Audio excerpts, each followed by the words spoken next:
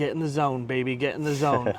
What is going on, everybody? Today is a big day for Nick Sands Presents because I am here with a very special guest, the youngest guest I've ever had on this audience, although I'm sure that he hates that I just said that. And I'm going to see his face change in the footage when I look at it later.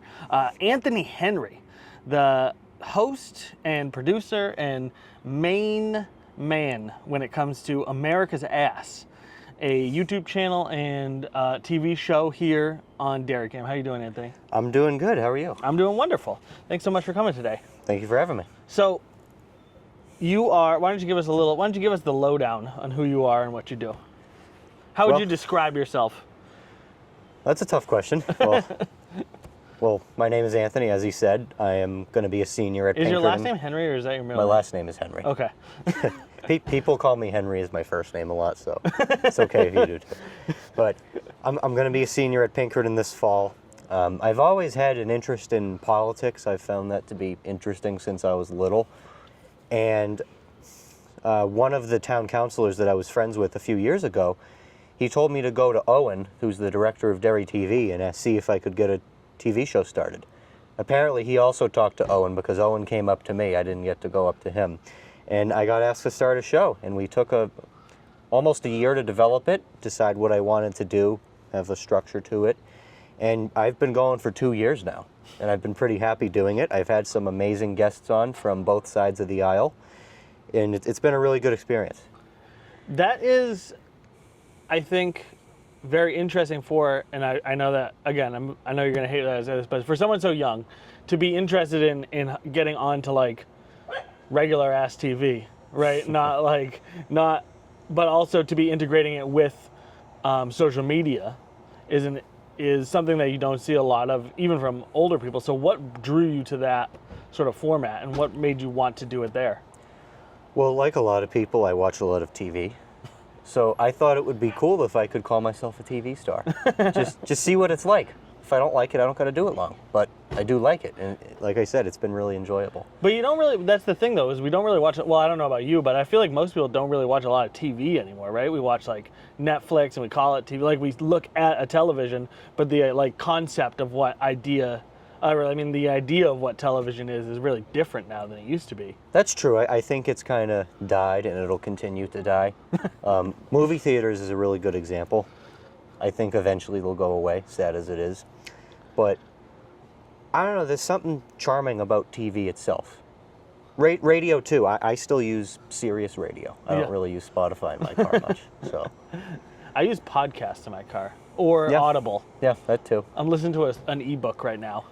I don't think we're going to see the death of movie theaters as fast. I think we'll see movie theaters will die or go away, if they do, after television. I think television is on the sharpest, most nightmarish descent of all time, considering the amount of money that they still make and the amount of money that like television stations have and own. It's amazing to me how low their numbers are, realistically. I mean, if you're just using YouTube and Mr. Beast as an example, who's like the king of YouTube, or was until a couple of years ago the king of YouTube. Yeah. Mr. Beast is doing as many views as the Super Bowl twice a week. Every time he uploads a video, he gets the same number of people viewing that as watch the Super Bowl. Yeah. And so I don't understand how advertisers in television are still able to charge what they charge. I don't understand how they're able to like afford to keep up with sort of like the direction television is going. Well, I don't think it'll be able to keep up longer unless they get a new model for how they do things. When you do have any like grander notions of like getting your show picked up by Netflix, going full YouTube, anything like that? I think of my show more as a hobby. It's just something I like to do. I don't really advertise it too much. When I get good views, I get good views. Yeah. But it's just something I like to do. Yeah. Are you learning a lot about how sort of that production works? Yeah, I've definitely gained a new respect for people that work in studios like that. Not everything goes great all the time, but they do a lot of great work. Yeah. Yeah, and I've learned a lot from my guests that I've had on also. Like I said, I've had guests from both sides of the aisle, whether it be local officials or candidates for federal office. I've had people from all walks of life on my show. And it's been really interesting to get their takes on everything. I've had you on too. You've been on. I have been on. I don't Yeah. think we talked about anything as cool as politics, though. I think we mostly just talked about, I don't really remember what we talked about. I know that was the last episode before the election in November. That's right. It was a very weird feeling being on that kind of TV versus like just doing this, where I Yeah. have this little tiny camera and there's no timer. We can just Yeah. go for as long as we want. Having the timer there actually was very stressful. Well, it's stressful for me too because I have to, I call it budgeting the conversation. I have to keep the timer in mind and control what we talk about without making it feel like I'm controlling it. Right. I just have to steer the conversation where I want it to be steered. It gives you it gives you a new appreciation for when you watch like I always think of Conan O'Brien, who's like such a great interviewer, and he has like such a short amount of time with people. Yeah. But also he has to fill like 2 hours of time on television. Yeah. So it's like, well, that balancing act is really, really crazy. Yeah, and how it is. how able he is to steer the conversation. And I go into my shows without notes.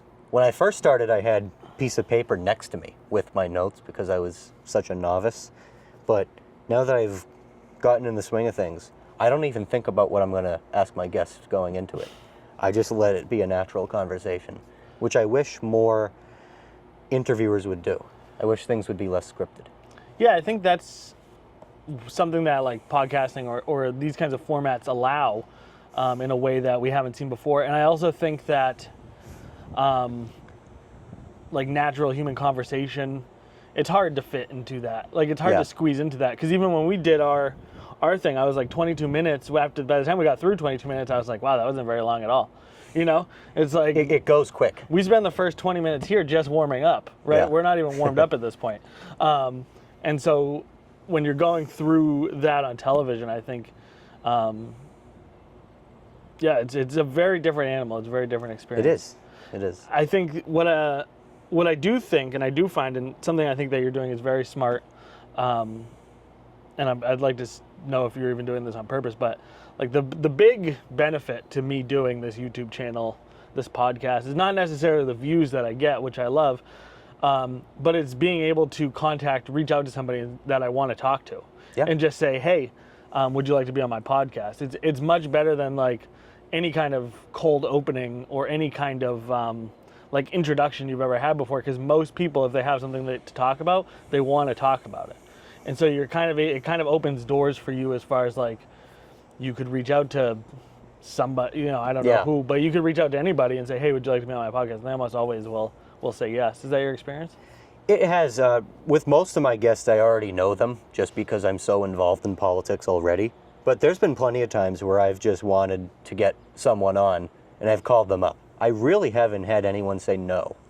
I've had one person say no, but actually because they had an objection to the name of my show. But yeah, almost everyone has just come on, no questions asked. That's funny that someone had an objection to And there's the also show. been a few people that have like connected me with other people that they thought would be good to come on, and I've had them on. I'll really have anyone on my show as long as they have something to talk about. Yeah.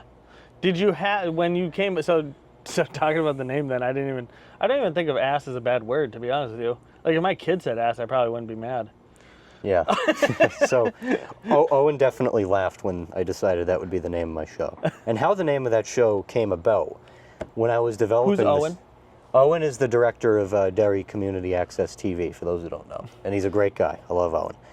So how I came up with the name of the show was freshman year. I was developing the show, and the name I had originally, and I now realize how bad of a name it was the Red Scope. And I now realize that makes it seem like I'm a communist hitman. So I'm glad I didn't go with that name. But I was at lunch freshman year, kind of stupid at that time, just, you know, talking to my friend and his girlfriend, just trying to figure out a name for my show. And my friend's then girlfriend was not a fan of mine at all and did not agree with me politically. We ended up getting into a debate about something. I don't even remember what. But she ended up calling me America's ass. And I was like, huh. And I thought that would be a good name for a show. Because I guarantee no other show has had that name, so I wouldn't have to worry about a copyright or anything. It would be unique. It would grab people's attention. So I ran it by Owen. He laughed and he loved it. So I like the red scope. It sounds like a superhero. It sounds like a bad superhero, though. An anti-hero. well, because I lean conservative Republican, I thought that would be a good name for a Republican-leaning talk show. But thankfully, I noticed that would also be misconstrued as something resembling a communist hitman. It's like something they could call Luigi Mangione. Yeah, that's true. But I'm glad I got the name I have. Yeah, I think it's a good name, and it's funny that it came out of something sort of negative that went and turned around on you. So how long have you been interested in politics? How long have you had an interest in politics? I first remember having a vague interest in politics during the 2016 election. Not to age anyone watching or next to me, but I was 8 years old in 2016. So the first time I actually met you, you were in 8th grade, and you were at a town council meeting. And I believe I was a freshman or sophomore, so I wasn't that young. No, I remember you being in 8th grade because a mutual friend of ours introduced me to you, and you it was your first town council meeting. And they had specifically brought you there, showed you around the whatever. Okay. The building and stuff. Maybe that's the case then. Because you were friends with their kid. Yeah, that's true. That was the first time we met. And they said you were in 8th grade. Maybe they were wrong. So I first started following it very vaguely in 2016 when I was 8 years old, just because it was the 2016 election. I remember my parents always watching the news. I remember waking up the morning after Trump won. That was really interesting. After that, it kind of fell off. I remember watching the news with my parents again during the 2018 midterms. But then I really didn't follow anything until COVID. I think a lot of people started following not just politics. They followed everything during COVID. Because nothing else to do. Yeah, they had nothing else to do. You could either buy Funko Pops. There were two camps of people. You could buy Funko Pops or you could read a bunch of the internet. That's true. But during COVID, I think kind of woke up a lot of people politically on both sides. And I'm that case. I'm a product of COVID politics. I spoke at school board meetings. I was not a fan of mask mandates. I actually spoke at the meeting where they decided to get rid of mask mandates. So for those who don't know, we had, and I saw this happen when I was in 8th grade. Shouldn't touch my mic, sorry. I witnessed a teacher call an autistic child a terrorist for having their mask down. And I went and called that out at a school board meeting. And the school board didn't look very happy with me when I did that. And then magically 4 days later, they removed the mask mandate. So I thought that to be a pretty interesting coincidence. But yeah, after COVID ended, I really realized that it's not going to be this exciting forever. If I stay and if I learn the boring stuff, then I'll really get a handle on this. And that's what I did. I went to town council meetings where I met you, kept attending school board meetings. I got acquainted with local and state officials in Derry. And thankfully, we have very open officials at both the state and local level. They're just people you can call at any time and talk to about anything. So very lucky for that. And I've had a lot of great mentors in town that have taught me a lot. And yeah, that's really how I got into this. I've just kind of stuck around. Yeah. I can honestly say, even though I don't agree with a lot of our reps at a lot of times, I've spoken with every one of them on the phone. And we've always had conversations. We may not agree, but we've always been able to, I've never had a difficult time getting a hold of any of them. Yeah. Which is a good point. I don't know if that's typical in most places, but... It's not typical in most places. I go to the State House a lot, and I talk to a lot of reps and senators up there. Not all of them are as open as the ones we have in Derry. So I'm very thankful for that. And I'm very thankful that we had a good group when I got involved. Have you found that people are less likely to take you seriously as a younger person? I've gotten that question a lot. I really haven't seen that as the case in most people. There are a couple people that I've found, including in town, that have been condescending toward me. Not necessarily when I first got involved, but once I actually got a handle on things and started getting stuff done. That's when I found a little more pushback, because I think they thought I was a threat to the status quo, specifically some local officials in town. But I really haven't seen that as the case. And we have a lot of young people in government in New Hampshire, which is really unique, especially at the State House. Well, we have like 400 something seats We do. available to be filled, so we got to fill them with somebody. Yeah. That's why they're trying to lower the child labor laws so they can stuff some real young kids in there. Yeah, but we have James Tebow in Franklin, who I'm really good friends with. He's 19. He's the youngest rep in the House right now. Valerie McDonnell in Salem is 20, I believe. Jonah Wheeler on the other side of the aisle is in his early 20s. So is Dylan Germana from Keene. And there's a lot of other young people up there. So I'm glad that we're starting to see some young people get involved up there. The average age in the New Hampshire State House, for those who don't know, is 67. That's way too high. So I think actually that's something I wanted to touch on today, because the pay for a state rep is $200 for their session. So you get $100 a year Plus mileage. plus mileage, which equals- nobody I'm sure tracks. What is it, 10 cents a mile? From what I heard, they get about $175 a year from Okay. that. So $275 a year they get. And so obviously there's 432, I think, right? 37? Is that right? Including the Senate, it's 424. Oh, okay. Oh, I thought just the House was 400. The House is 400, the Senate is 24. Okay, gotcha. So including both, it's Okay, 424. so 424 with everybody. The Senate makes a little bit more, right? They make 200 a year. 200 a year. So they double. They get double what the. And if you're the Speaker of the House or the Senate President, you get a $50 raise. Wow. Considering those laws were probably passed in like 1700s, it probably was actually a significant amount of money back Yeah. then. But I think what we're running into, and I think is the reason that we see more young people getting into it too, is because in the past it was, if you wanted to run for office in town, in the state level, you either needed to be very wealthy or very old. Yeah, that's true. And the problem with that, from my mind, is that it cuts out huge demographics of people, right? Yeah. So like poor people who may benefit from certain things can't ever get into a position where they have the power to control that, right? And so what we're actually seeing is sort of on the opposite side now, it seems like, is that younger people who are just getting out of high school or college, who maybe don't need a lot of money to live, because I mean, fuck, it's hard enough to live anyways, you know what I mean? Whether you're at your parents' house or whether you are, whatever your situation is, you just don't need that much money to live. Yeah. And so you're actually able to come up and run for those offices. Is that sort of what you think is happening? Yeah, I do. And I also think people are just fed up with how things are in general. Fed up? No matter what side you're on. Federal up? No, I'm just kidding. They're fed up. Get it? I do get it. Yeah, no, continue. Sorry, I was just joking. Well, I actually do like that we have such a low pay for our state house. I actually think it's good that they stay volunteer.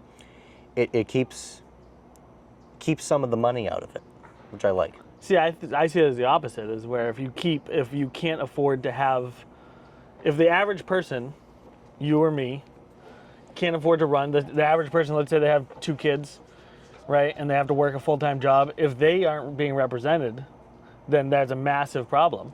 Yeah. Right? The average person not being able to run for and represent themselves, as opposed to being represented by hopefully benevolent, wealthy, or old people, is not a good thing. And so I think it's actually the opposite. I think that by not paying, I mean, I don't think they need to be billionaires, but they could make, if you paid the average living wage in our state, which is actually an insane amount of money anyways, but if you paid the average living wage in our state, it would open up those doors so that the governed could actually govern, instead of the sort of this certain one class of a group of people being able to control the situation for everybody else. What I'd be open to personally was maybe raising it to 10,000. I think that'd probably be a good compromise, because I feel like at some point we'll see someone request it be raised. I don't think we should be at 100,000 like Massachusetts is. I think that's absolutely ridiculous. that seems high. But I think 10,000 would be enough to entice people to have a little incentive, while also keeping it as a volunteer thing. I don't want it to be someone's full-time job. That's what I really want. I'd want it to be someone's second job or someone's thing they do if they are retired. But you are right. I think we need to see a lot of young people get involved and we need to entice them to get involved. Well, I think so. One of the solid arguments for against that, though, is that like having such a large legislative body, right? So you raise it by $10,000. Yeah. You know, you're raising it by a significant amount of money. There'd be the concern of how to get that money. Exactly. So like it is a balancing act where, And because I believe we have the third largest legislative body in the world. Is that right? Something third like that. largest English. No, fourth largest, because then it would be U.S. Congress, UK House of Commons, and then the thing in India. I don't know if it's that order, but I know that some form of India's legislative body is English speaking. So those three are ahead of us, although I don't know which order. But yeah, I wouldn't support, personally, if I were in the House. I don't know that I would ever do that, but I don't know that I would support a $10,000 raise unless we had the means to fund it. I would vote no unless I saw that. Right. But I do think that something needs to change, right? Something somewhere needs to change. I don't know when that money was determined, but I have a feeling that when it was determined, it wasn't significantly below poverty level, like significantly below poverty level. You cannot even pay for 1 month of groceries, one week of groceries with $100. Yeah. So, and that's why a lot of candidates don't even keep the money themselves. Usually they either put it into their campaign account, which they're able to do, or they donate it to a charity. right. I've found that a lot of the reps don't actually pocket that money for themselves. I'm sure they don't. Yeah. Probably for tax reasons. Yeah. You probably end up paying more on taxes than you do. You do get taxed on that $100, and you get taxed on mileage. And federally. Yeah. State and federally, Yeah. probably. So, but I do think, but to say that there's no monetary incentive, I think isn't right either, because being able to control the laws of a state, Yeah. especially if you have interests like land or business or anything. I'm not pointing to anyone in particular. I'm just trying to think off the top of my head. If you're a businessman who has enough money that you can afford to run for as a state rep, then you can then adjust the laws to better suit your industry. Yeah. Then like the incentive is significantly there. More so than if you're running against, if you have 10 other people who are running who are just average people who don't have any sort of stakes in that and only have the stakes in like their own future, you know? Yeah, and I do like that we are a citizen legislature. I mean, look at Derry's 10 reps, for example. We have an MIT-trained economist. We have, I think, 2 firefighters. We have someone that worked in a machine shop. We have a... Firefighters have an unfair advantage. That's true, because they get union money. We have a retired bus driver turned limo driver. We have a few veterans. We have people on the hospital board. We really have a diverse group of people in Derry, as an example, that come from all walks of life, from all age brackets, from all income levels, from all parts of town. And I like that. I like that we have diverse thought, even within one party. I like that we have that in New Hampshire, and that's what makes New Hampshire politics so unique. Yeah, New Hampshire politics is a weird thing, huh? Because like Because anyone can do it. locally, we usually, I mean, I think, I haven't seen the breakdown, but I believe locally at the town, city level, we're mostly Republican. And then at the state level, we're mostly Republican. And then at the federal level, we're mostly Democrat, right? Yeah, it is funny how that works. So again, using Derry as an example, we have a nonpartisan town council and a nonpartisan school board, but you can kind of look at the members and their personal lives and figure out where they stand. I can tell you that we have a Republican majority on the town council and a Democrat majority on the school board, as it is with most communities in New Hampshire. All 10 of our state representatives are Republican, our state senators are Republican, our executive councilors are Republican. As of now, we have a Republican majority in the State House and State Senate, Republican executive council majority, and a Republican governor. But our entire federal delegation and the last several presidential cycles, we have voted blue, which I find really interesting. It is interesting. And also it's interesting. It makes you wonder how the New Hampshire Democratic Party and the New Hampshire Republican Party are different from others in other states and federally. Yeah, well, I think we had Sununu as our governor forever. Yes, right? and so he was really like, and he was immensely popular, and so was John Lynch a couple governors before him on the other side of the aisle. But I think both of them were, and I think that realistically, I think both parties right now are separated into 2 brackets. I think we actually have 4 parties that just vote for 2 parties, right? So we have Trump's Republicans, and then we have classical Republicans, and then on the left we have Democrat shills, and then we have progressives. I think it's That was a joke. I was trying to make you laugh. I think it's a well. What you're saying is actually kind of true from what I see. I think it's more fragmented than that. But yeah, you are correct that both parties are kind of fragmented. And so it actually feels to me that what both parties look at, or what both parties are making their choices on, is not even about what they actually want. They're actually voting for just not the other guy. Yeah. And that's how it feels to me, because one of the interesting statistics that I thought from 2016 was that Bernie Sanders' base, when they sabotaged him, they expected all of those voters to go to Hillary. But that's not what happened, because actually Bernie Sanders had a ton in common with Trump's base. Which no one realized at the time. I don't think most people realize it today. Yeah. I think at like a statistical level people realize it, but I don't think most people conceptualize that. Because I think what most people actually vote on is status quo versus outsider, right? And honestly, I think if you want to understand the status quo versus outsider, local is where you see that the most. If you don't mind, I'm going to use your campaign as an example. No, please go When ahead. you ran for town council, you ran against, at the time, a 5-term incumbent. He had, at that time, been on the town council for 15 years. And you ran to challenge the status quo. And you got involved because you wanted to see the skate park right next to us. You can probably hear skaters as we're skating as we're filming this. But that's what you ran against. You ran to be a new voice. And you lost by 12 votes, and you ended up becoming friends with your opponent afterward. Who's been on the podcast twice. Yeah, I think he was on a few episodes before the show. Yeah. But it's really, you can really see that the most at the local level.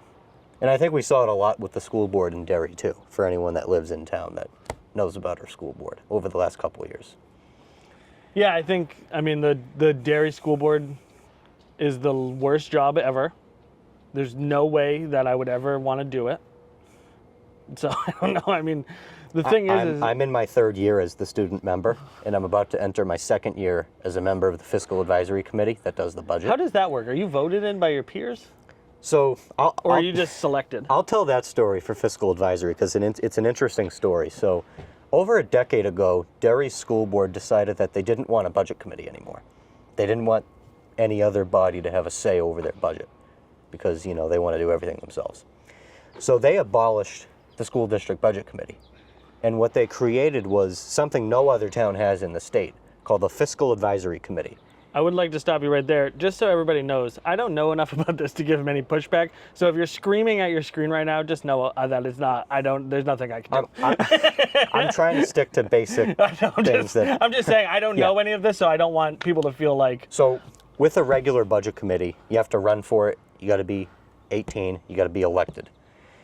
With a fiscal advisory committee, and keep in mind, no other town in the state has it, so there is no state law of any kind governing how Derry operates it. The Fiscal Advisory Committee does not vote on anything, and they do not run for it.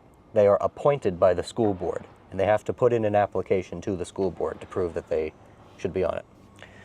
So I was trying to find people to join it because I like to try to find people to run for office because I can't run for office. And I figured that out, that you don't run for it, you get appointed. So I went and read the town policy, the school district policy rather, on the Fiscal Advisory Committee. And I realized that when they established this over a decade ago, they forgot to put an age requirement on it. All it says is that any resident of Derry is eligible to join. And because there is no state law to supersede it, I realized that they had no legal basis to deny me if I applied. So I drove to the superintendent's office with my ID and said, I'd like to be on. Here's my proof of residency. And they couldn't say no to me. They took 2 days to call all their lawyers to try to find a way to say no. Do you think they did that? I know they did, because members told me. Oh. And they couldn't. And then I was voted in 6-1. I had one say no. But Yeah, last year was a really good. Do you know why they voted no?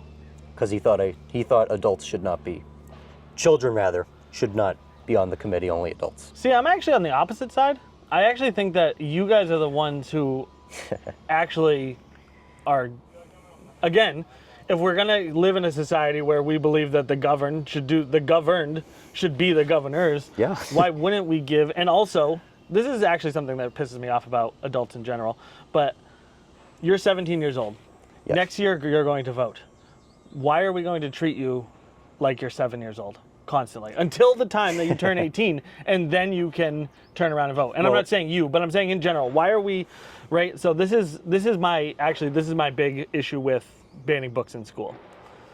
To me, banning books is stupid, and on many, many levels. And there has never, as far as I know, in history, been a society that has successfully banned books and then gone on to prosper and do really well. But I could be wrong. So any history buffs out there, let me know. And books is a whole different subject. But why wouldn't we give you a voice in understanding and saying this is where the direction we want to go, especially knowing that historically, younger people have a better idea of where the future is going. Yeah. Right? So Yeah. like 30 years ago, nobody would have said, hey, Nick, you should start making a YouTube channel, you know? Well, keep in mind, all of our founding fathers were young people. They were all in their... Well, yeah, but a little different because you died by the time you were 40, so it's like... That's true. It's a little bit different. But, going back to that... All of our founding fathers died of rubella by the age of 27. That's probably accurate. But to what you were saying, yeah, I agree. I'm probably the most in-tune young person in Derry. I really don't like saying stuff like that because I don't like it.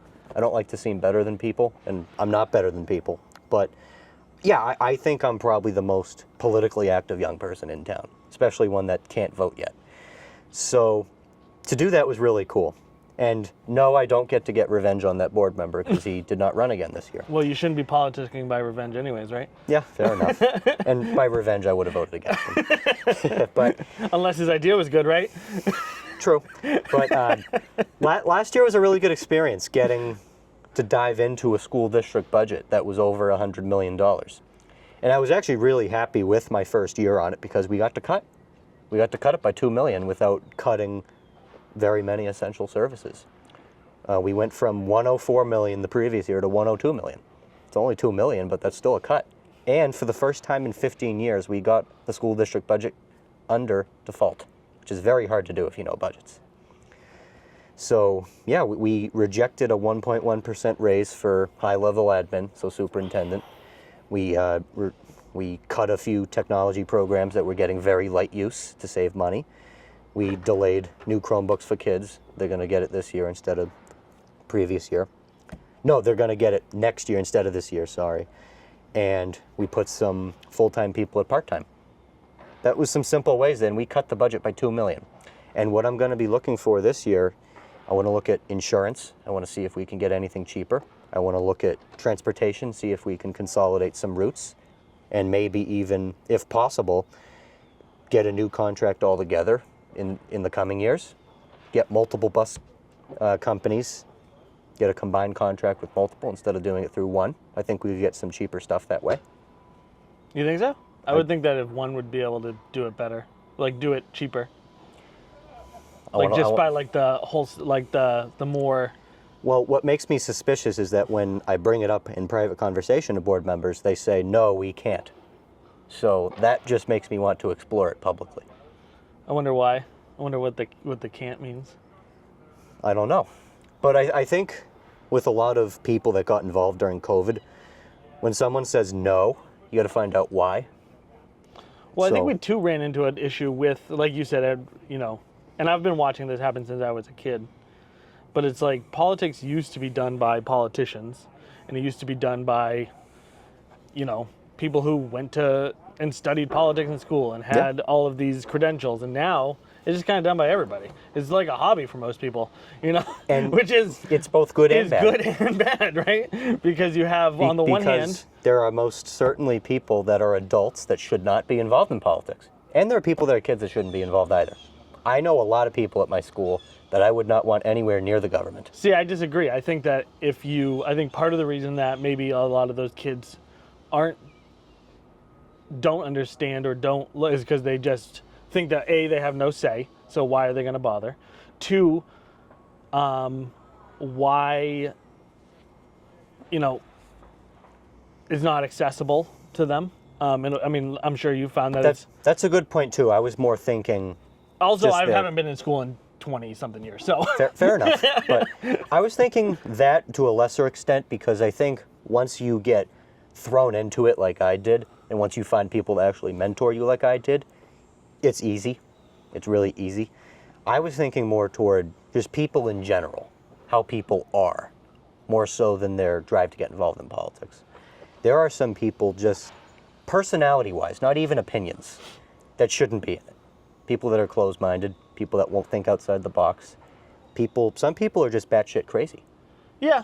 I mean, but not even politically, just generally batshit crazy that shouldn't be in government. I mean, that is true. But also, if you're batshit crazy and you're able to convince enough other people to vote for you, then maybe that's just a failing of democracy in general, That's just both parties. And I mean, you would also, right, but I mean, you would see that, you could say that on any side, right, on any group of people. Yeah. If you're, I think that the built-in structure of a democratic republic, whether or not you agree with it, is one, that's why we have the electoral college at the federal level, is to make sure no batshit crazy. And depending on who you talk to, they may have had failings in the past.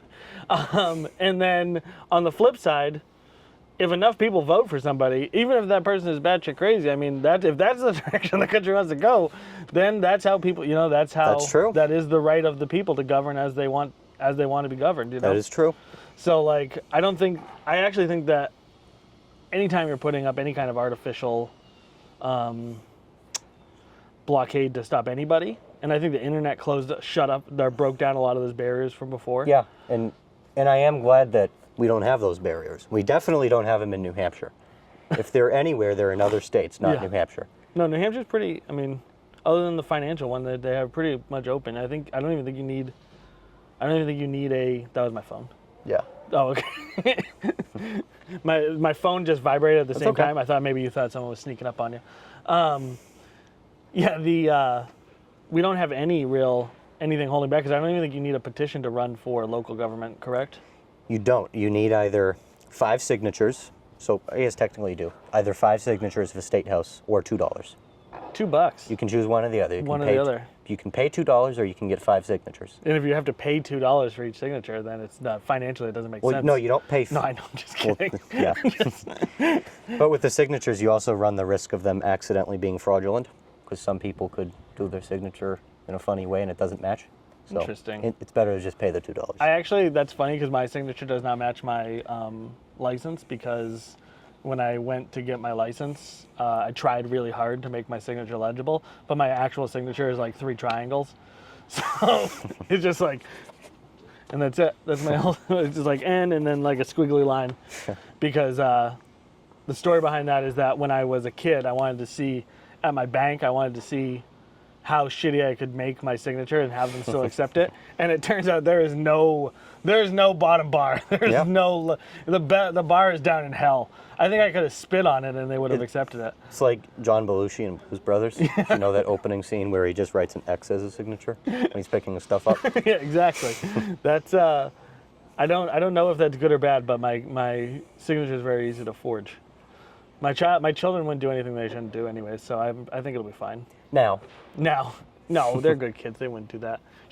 My daughter's only 3, so she would have a hard time forging my signature anyways. Yeah. My 9-year-old could do it, but he's pretty good at following the rules. So so you're not even in college yet. I actually thought you were 18. not yet. You're not even February I will not be. even in college yet. I feel like I need to have you sign. You want me to make you feel really old? Yeah. I was born in 2008. That's crazy. So you weren't even born. So wow, that's wild. So you weren't even alive for 9/11, which is Nope. like the most iconic moment of pretty much everybody my age's life. That's wild. I worked with a guy one time who was born in 2001, and he was born right after 9/11, like 2 months after 9/11. My mother was in New York City 2 days before for my great-grandfather's funeral. Oh, really? And there's a picture of my mother outside the Twin Towers. Damn. 2 days before. That's crazy. And they thought about staying a couple days more, and they didn't. Well, I'm glad they didn't. Well, my grandfather actually told me that he wished he stayed because he thought it would have been fun to just be in New York City during a major historical event. And he said that they were staying on Staten Island, so it's not like they were there and the bridge would have been closed off. I bet you it wouldn't have been that fun. When I was in, I don't even remember what grade I was in, but I was in middle school, and all I remember from that is, because most schools, they brought in the TVs and shit and let you watch it. We didn't. They locked us down completely. We weren't allowed to use the library because kids were seeing it on the computer. And I remember going home, and it was on TV, and there was like a bunch of people who thought it was the end of the world. Like, they literally thought the end of the world was coming. From what I heard, Derry schools at that time did kind of get, not locked down, but shielded. Is there anything that happened in your life that is similar? Like, what is your guys' defining moment, you think? COVID. COVID? That's so weird, because COVID, I feel like people talk about COVID. My life did not change at all during COVID. Well, you also weren't in school, and you weren't put, you didn't have a mask put on you for 2 years when you had major developments in your personal life. You were not separated from your friends in middle school at the most important time in your life when you should be making friends. A lot of people I know's social skills got majorly stunted, as well as their academic growth. That's probably why you're so awkward. No, I'm just kidding. I'm awkward. I'm just joking. Everyone's awkward in their own way. You're fine. I'm just joking.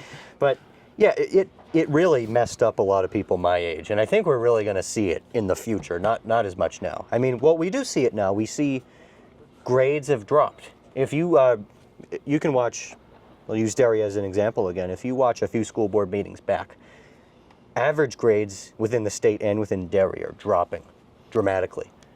And I really think that that's because during COVID, we really didn't learn.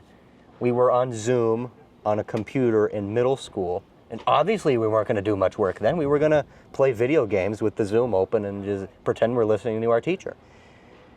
It was the worst time for us to be locked down because it was the time when we needed social connection most.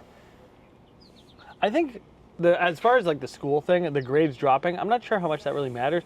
I have a weird relationship with school because I hated school and I was always bad at school, and I could never have succeeded in school no matter what they did to make me want to be there.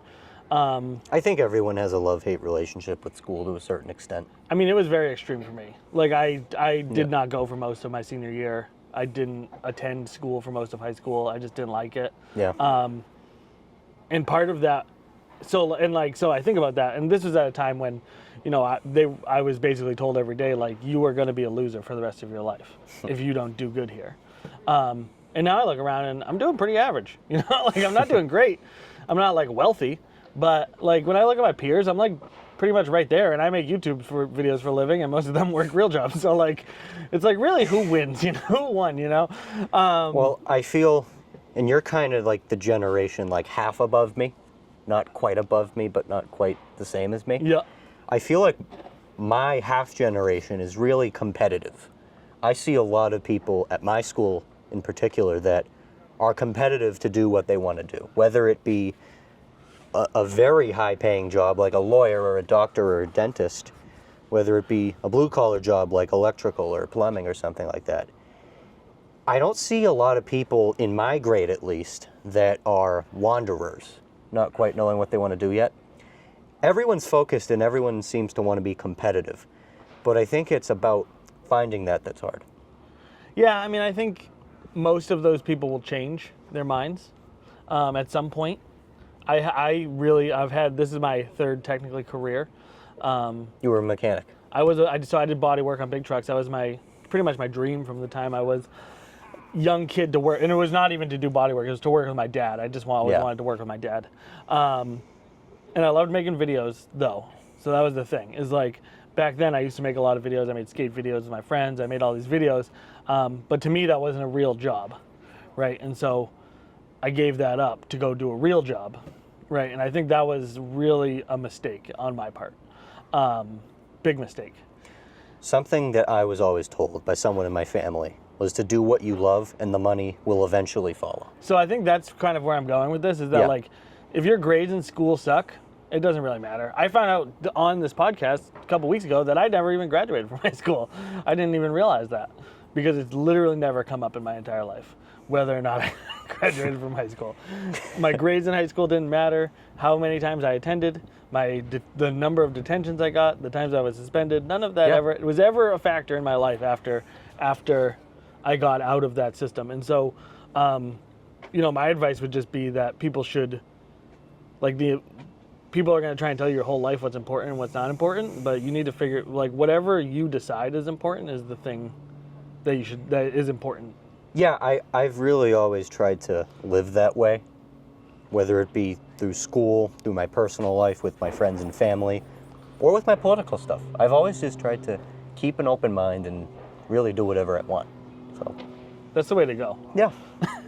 I mean, there are some jobs that you can't get unless you have good grades, though. Yeah. You can't, I don't want a YouTube-trained surgeon, Yeah. I wouldn't want a YouTube-trained, I don't know, lawyer.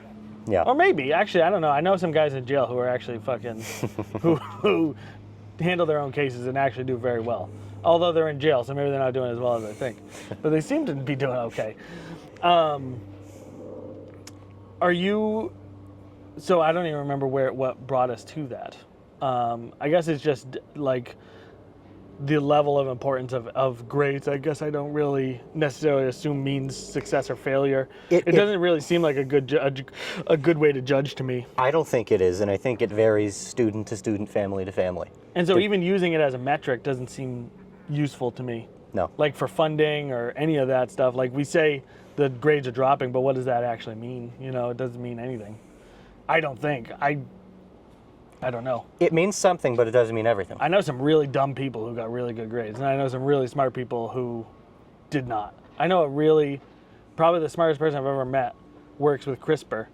He's currently works doing genetic research, and he has access to CRISPR. And he fucking did terrible in school, and he smoked a lot of weed. That's all he did for years.